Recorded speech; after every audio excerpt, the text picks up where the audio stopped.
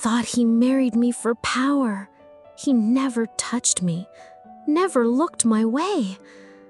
But one night, I found a box filled with love letters he wrote to me. They say you can't write love into your life. That fate doesn't arrive with a contract. But mine came on cream-colored paper, sealed in red wax, stamped with the emblem of 2 empires, ours and his. It wasn't a love letter, it was a merger, an agreement, an arrangement, and the name printed beside mine wasn't a stranger.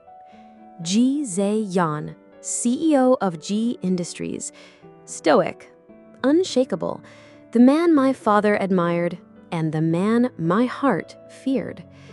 I met him on a cold spring morning. The cherry blossoms were just beginning to bloom outside the garden of my family's estate. I wore white. It wasn't a wedding, just the beginning of something that already felt like an ending. He arrived 10 minutes early, dressed in a midnight suit, flanked by silence and solemnity.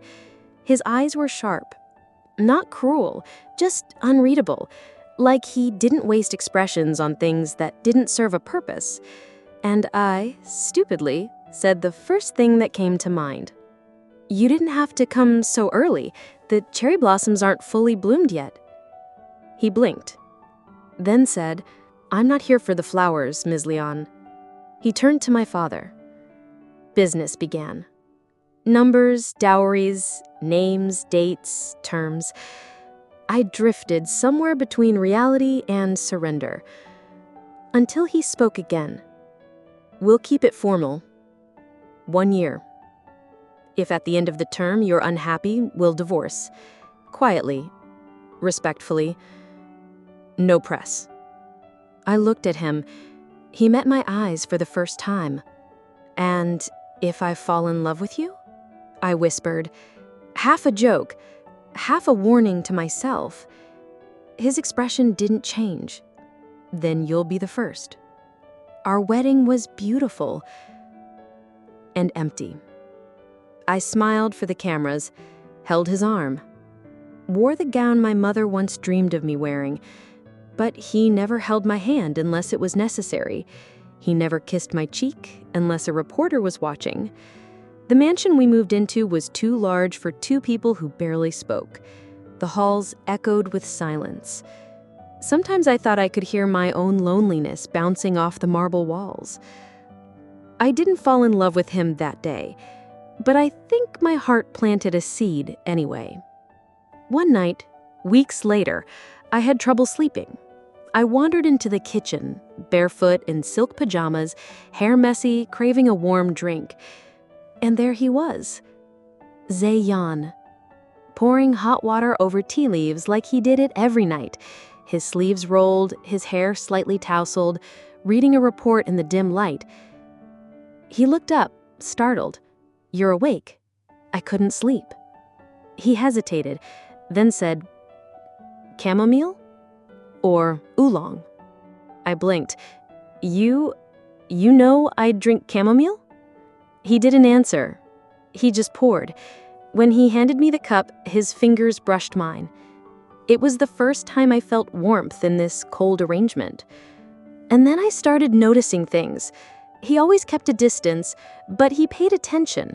The way he asked the housekeeper to stop using lilies in the vases because I was allergic. The way he started leaving early for work only after I'd left, like he wanted to avoid being alone with me. Or with himself. Sometimes I'd find his tie folded beside the couch, like he'd stayed up reading again. And once I found my photo, one from my university graduation, inside a drawer in his study. He never mentioned it, but I saw it. And that's when I started falling. Slowly, stupidly, completely. One evening, I heard him shouting on the phone in the study. His voice was low, but furious. "You will not involve my wife. I don't care how many shares you hold, cross that line and we're enemies." Wife. My heart stuttered.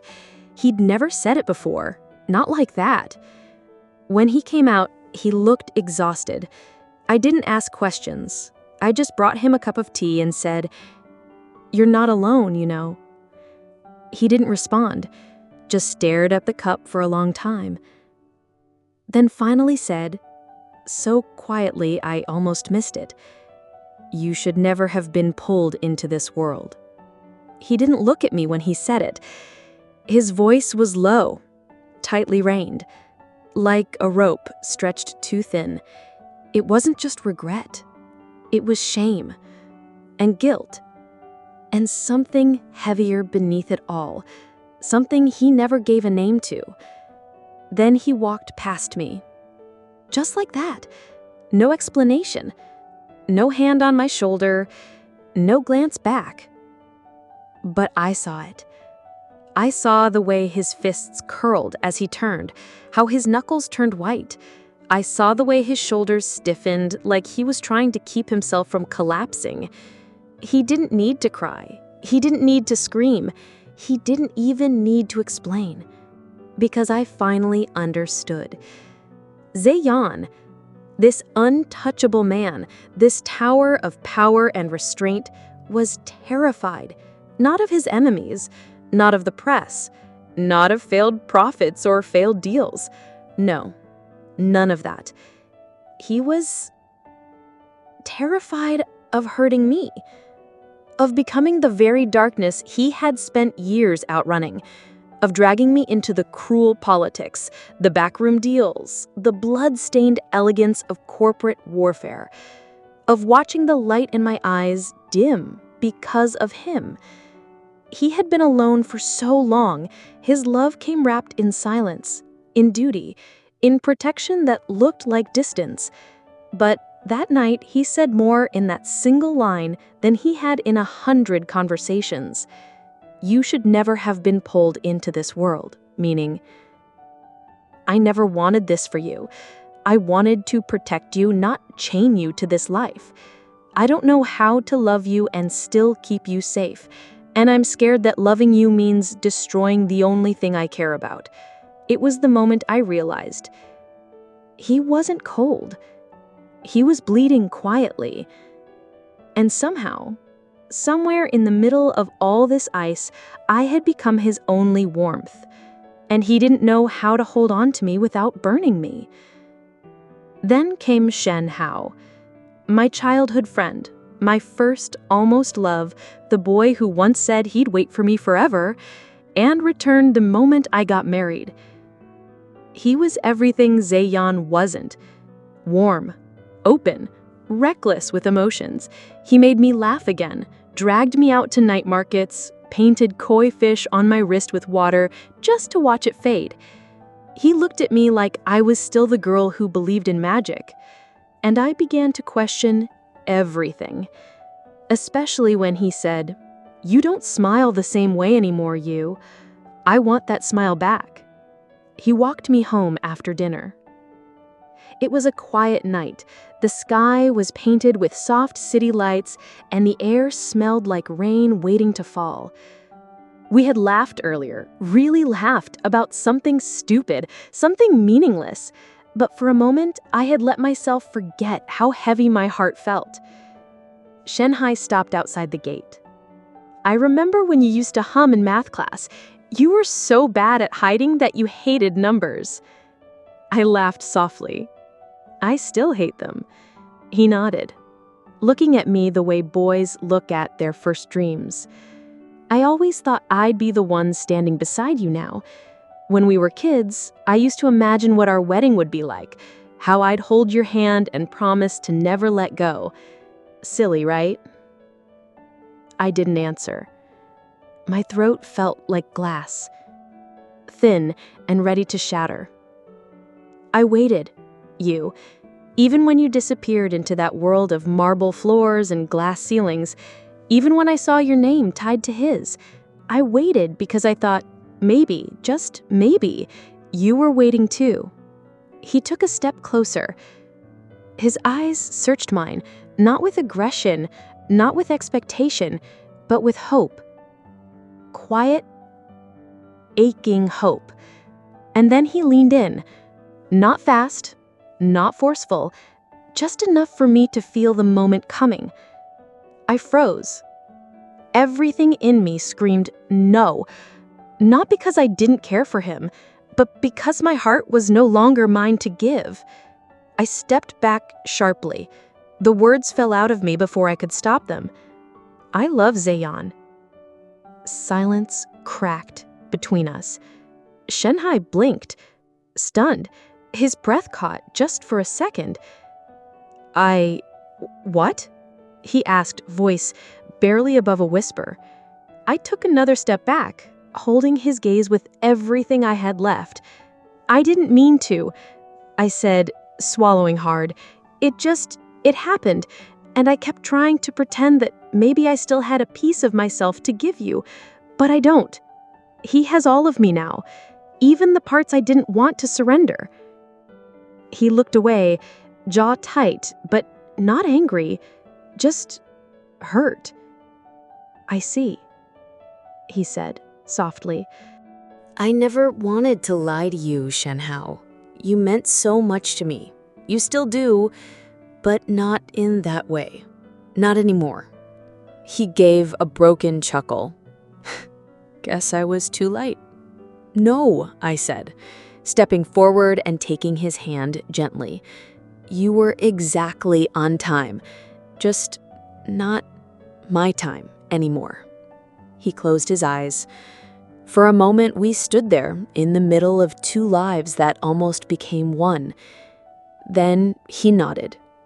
Take care of yourself, Yue, and let him take care of you too. He's lucky. He's so damn lucky. I smiled through the tears. You'll find someone who loves you without hesitation. You deserve that. He gave me one last look, a look that said goodbye. Then he turned and walked away into the soft night rain, leaving me with a memory, not a regret. That night, I came home late. When I stepped into the house, it was dark, except for the warm golden light spilling from the living room.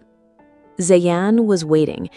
He stood there like a storm that had been held back for too long, jacket off, sleeves rolled up, tie loosened like he'd ripped it free. His posture was still, but every part of him vibrated with something I couldn't name. He didn't say anything at first, just looked at me. His eyes, they were thunder. Not angry, not wild, but heavy, charged with all the words he never let himself say. You saw him, he said at last, rough, controlled. I nodded, my heart pounding. Yes. He took a slow step forward, each movement deliberate. And, he said quietly, but it struck through me like lightning. I opened my mouth, then closed it. And then I said it with every ounce of honesty I had left. He tried to kiss me. He froze, his hands curled into fists. That silence, that stillness, was louder than any yell could have been. But I didn't leave him in the dark. I stopped him, I whispered softly. I told you I love you. His eyes flickered, the storm behind them shifted, like something broke, something old and locked and buried. He took another step forward, closer now, so close I could feel the heat of him, smell the faint trace of cedarwood and bergamot clinging to his skin. You said that? He asked, voice raw, disbelieving, like hope tasted foreign on his tongue. I didn't plan to. It just came out, I murmured, because it's true. He stared at me like he couldn't breathe, like he was watching the sky fall and bloom all at once. Then he moved. In one breathless second, I was in his arms. His hands were on my waist, firm but trembling. One slid up my back, the other cradled my neck like I was fragile and priceless and his all at once. And then he kissed me. Not cautiously, not carefully. He kissed me like he had been holding it in for years, like the truth of us had lived in his bones and he was only now brave enough to release it. And God, I melted. all the walls I'd built to protect myself. Every fear, every guarded heartbeat, they shattered beneath his touch. His lips were warm, desperate, tender.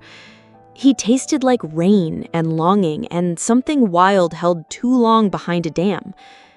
I gripped his shirt like I needed it to breathe. My knees buckled and he held me tighter, anchoring me to this moment like the world could fall away and he'd still have me. Time dissolved. The air grew thick with unspoken words and the soft sounds of forgiveness, of passion, of surrender. When we finally pulled apart, I was breathless, dizzy, changed. His forehead rested against mine. "I don't deserve you," he said. "But I'm not letting you go," he whispered, voice shaking. "I didn't know how to love you. I didn't think I was capable of it." My heart ached in my chest. "I never believed in love before you. I didn't know how to give it. But Yue..." He stopped, then whispered, "I write you love letters in my mind, every day. But I never had the courage to give them to you." He added, barely audible now. I blinked, tears stinging behind my eyes. "I thought you'd see how broken I am, how undeserving." I closed the space between us, brushing my lips to his softly this time, like a promise, a vow. "You're not broken, Zayan," I whispered against his mouth. "You just needed someone to read you between the lines." And right there, in the silence between two hearts finally speaking the same language, I knew I hadn't married a cold man. I had married a man who loved me so deeply, he'd taught himself how to love me. He started showing me, in small ways. Letters slipped under my pillow, his scent on my scarf when I left for meetings, a cherry blossom tree planted outside the window because I once said I missed spring. He became mine, protective, tender, still powerful, still sharp, but softened only for me. When I got harassed by the press, he soothed the network.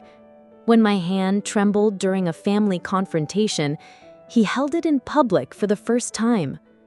When I cried in the car once, he pulled over, turned off the engine, and whispered, "Don't cry alone anymore, not when I'm here."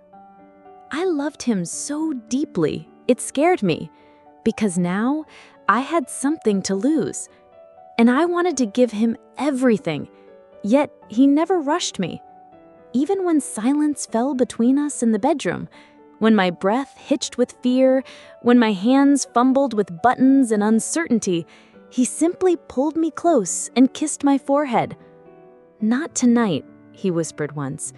"Not until you're mine in every way you choose." That night didn't come in a rush. It came in softness. One night when we returned home, he walked ahead of me, as always, loosening his watch, rolling back his sleeves. I stood by the bedroom door, heart thundering in my chest. "Zayan?" I said, barely above a whisper. He stopped mid-motion and turned. I walked to him slowly, then placed my hands on his chest, feeling the strong, steady beat beneath my fingers. The storm in my mind calmed under his touch, under the way his gaze softened, concerned, but patient. "I'm ready," I whispered. He didn't rush forward. He didn't grab or assume. He just looked at me with that quiet, unreadable intensity he wore like armor. "Are you sure?" he asked, his voice rough at the edges. I nodded. "I want this," I said. "I want you." Something flickered in his eyes, something raw and reverent, and then he stepped closer and kissed me, not hungrily, not impatiently, but like he was making a vow with every breath. He carried me to the bed like I was something sacred, treated me like I was fragile, though I never had been, undressed me slowly, reverently, as if unveiling something more than skin, as if unveiling trust itself. And when he made love to me, it was not hurried, not rushed, just full. Full of everything he hadn't been able to say, everything he'd written in silence, every word he'd kept buried deep in the hollow of his chest. When he kissed me again, it was different. It was hungry, like the dam had broken, like he couldn't stop now that he had permission to feel me, to taste me, to have me. His hands trailed down my sides, slow and reverent, peeling away the robe with trembling restraint. His eyes never left mine, not even when his fingers traced the line of my spine, not even when I shivered under his touch. He laid me down on the bed like I was something breakable, and when he climbed over me, bracing himself with arms that caged me in but never once made me feel trapped, I felt safe. Exposed, but safe. I reached up and touched his cheek. "You don't have to be careful, Zayon. I trust you." He closed his eyes for a moment like those words broke something in him. Then he leaned down and kissed my collarbone, my shoulder, my chest. He didn't rush. He took his time, learning me like a language, worshiping every inch of me with lips, hands, and the softest murmurs I'd never heard him speak until now. "You're so beautiful," he whispered against my skin. "Do you know how long I've waited to touch you like this?" I gasped as his mouth found every place I didn't even know was aching. My fingers tangled in his hair, tugging gently as my hips arched toward him. He groaned softly, as if the sound of my pleasure was the most intoxicating thing he'd ever tasted. "Say my name," he whispered, breathless. "Zayon," I moaned, trembling under the weight of what we were about to become. He entered me slowly, deeply, watching every flicker of emotion across my face like it was sacred scripture. His forehead rested against mine as our bodies joined, imperfectly, achingly, completely. We moved together with quiet desperation, as if we were trying to memorize this moment with every breath. The world shrank to the space between our mouths, the rhythm of our hips, the way his hand slid beneath mine and held it against the bed like he never wanted to let go. And maybe he didn't. "You," he whispered, broken and raw. "I love you." Tears filled my eyes, not from pain, but from the overwhelming realness of it all. "I love you too," I whispered, my voice caught in the air between our mouths. He kissed me again, deeper this time. His pace became more intense, but never rushed, like he wanted to give me everything and take nothing that I wasn't ready to give. We undid ourselves together. He buried his face in my neck, his body shaking with the force of it, and I held him like I never wanted to forget how it felt to finally belong to someone completely. When it was over, we lay tangled in each other, my leg across his arm wrapped tight around my waist, his breath still uneven against my hair. And for the first time since our wedding day, I felt what I'd been searching for. Not safety, not comfort, not even love, but home. Wrapped in his arms with his heartbeat echoing in my ear, I realized something I never thought I'd feel in an arranged marriage. I didn't just belong beside him. I belonged to him, and he, finally, belonged to me. Forever. Shenhao didn't disappear immediately after that night. He stayed for a few more days in the city, quietly. He didn't call, didn't press, but one afternoon I found him waiting at the garden cafe where we used to meet as teenagers, beneath the same tree where he once carved our initials into the bark, in secret. I hesitated before sitting down, but when I did, he smiled, gentle, tired, and real. "I'm not here to win you back," he said before I could speak. "You deserved more than a rushed moment at the gate." I nodded, clutching the tea between my palms.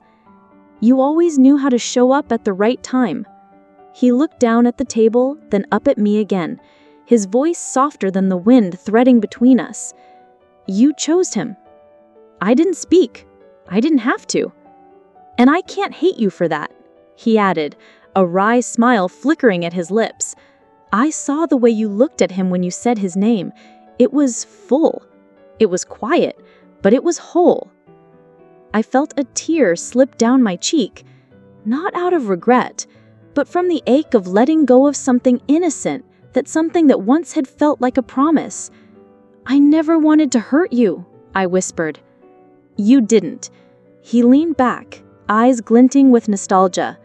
"We were a beautiful almost you. You were my first real what if, but he's your forever." The silence between us stretched, not heavy, not painful, just honest. "He's changed for you," Shenhao continued, his gaze steady. "I can see it, the way he holds you like he's terrified of breaking you. That type of love, it's rare and fragile. Don't waste it." I reached across the table, took his hand in both of mine. "You'll find someone who won't hesitate, someone who chooses you first and never looks back." He gave a soft, almost teasing laugh. "As long as she doesn't love a cold CEO, I think I'll be okay." We both laughed quietly. Then he stood. "I'll keep the memory of you," he said. "The girl who hummed off key and wore ribbons in her hair. The girl who once made me believe that waiting was worth it." I stood too, blinking away the blur in my eyes. "Goodbye, Hao. Goodbye, you." He took one last look. Long enough to make it last, short enough not to make me cry again. Then he turned, hands in his pockets, walking into the sunlight. And this time I let him go. Not out of guilt, not out of sorrow, but out of gratitude for being part of the story that led me to the one I was meant to write. Because Ji Zeon was no longer the cold, unreadable man I married. He was the man who had learned to love me in silence, and now loved me out loud. With every look, every touch, every breathless, devoted act, he was the love letter I didn't know I had been waiting to open all my life. And this time, I was ready to read every word. Years later, on our anniversary, I found a box under his desk. Dozens of handwritten letters, each one dated from the first month of our marriage. Unread, unsent, hidden. I opened one. "You smiled at me today." I almost smiled back, but I'm a coward. I don't know how to deserve someone like you, but maybe one day I will. I cried. He found me with tears in my eyes. Softly, "You kept them," I whispered. "I never stopped writing," he said. Love wasn't something we found. It was something we built, letter by letter, touch by touch, choice by choice. And in the end, when people asked how our arranged marriage became the greatest love story of our lives, we simply said, it began with silence and ended in every word we never had the courage to say, finally spoken. Love letters I wrote in my mind, because some hearts write poetry not in ink, but in devotion.